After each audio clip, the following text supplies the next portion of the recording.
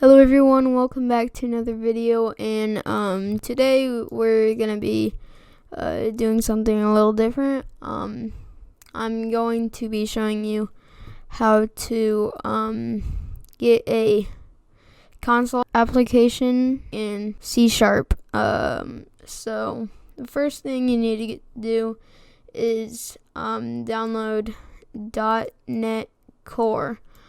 So this is like what our program is kind of like going to be running on, I guess. Well, it's going to be running on Visual Studio Code, and we also need to download that, but in order to have all the like commands and stuff, we need to download .NET Core. These are called frameworks, and there's all sorts of different types for different needs. So we're going to be downloading .NET Core for Visual Studio Code, and I already have this downloaded, but you can just install for Windows or whatever platform you're running on. And you also are going to need to download Visual Studio Code. I'll link both of these in the description for you to download too. So after you've downloaded those, you're gonna need to create a new folder and just call it whatever you want. I'm gonna call it coding tutorial.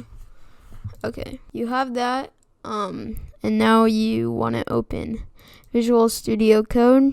So when you open Visual Studio Code, you're gonna see something like this, and with this folder you're gonna press File, Open Folder, and you're just gonna select the one that you made.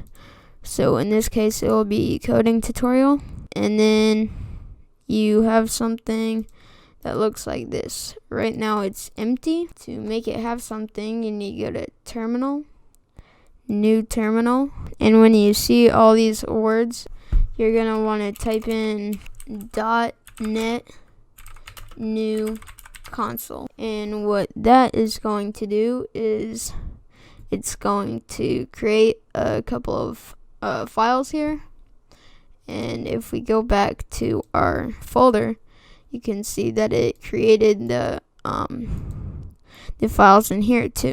Hey guys, it's me from the future. While I'm editing this video, I forgot to mention that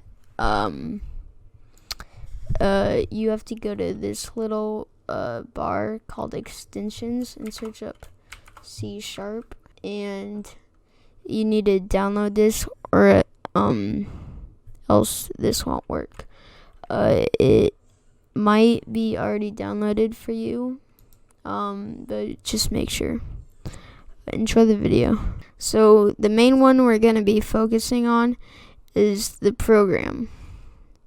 Now this looks like a lot, but it's really not a lot at all. I'm not sure if this pops up for you guys, but if it does, just hit yes. Basically, the only thing you need to worry about is this right here. So this is console.WriteLine hello world. So it's just telling the program to say hello world. So if we go to run, start debugging, you will see that in our debug console it says hello world. We want it to say that in a different window. So to do that, we need to go in VS Code folder, launch.json, and right here where it says console, internal console, you're gonna wanna get rid of that and type external terminal with a lowercase e. So once you did that, save and run, you're gonna see it you're gonna see something pop up real quick and then just go away. And that's because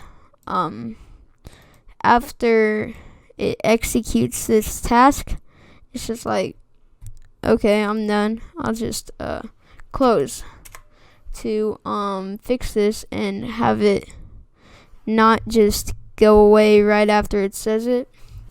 You're gonna want to type in console.read key, open and close parentheses, and a semicolon. So it just waits for the user to type something. So we save this and run. You're gonna see that it says hello world, but it doesn't close right away.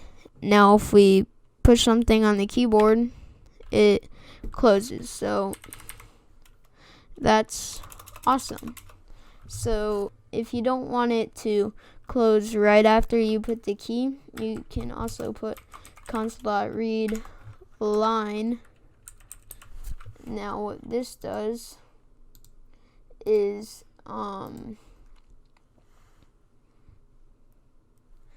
it lets us type until we press enter, then it closes. So that's pretty cool. So that is the end of the video. So this was just getting it set up and stuff. So I hope you enjoyed, and I'll see you guys next time. Later.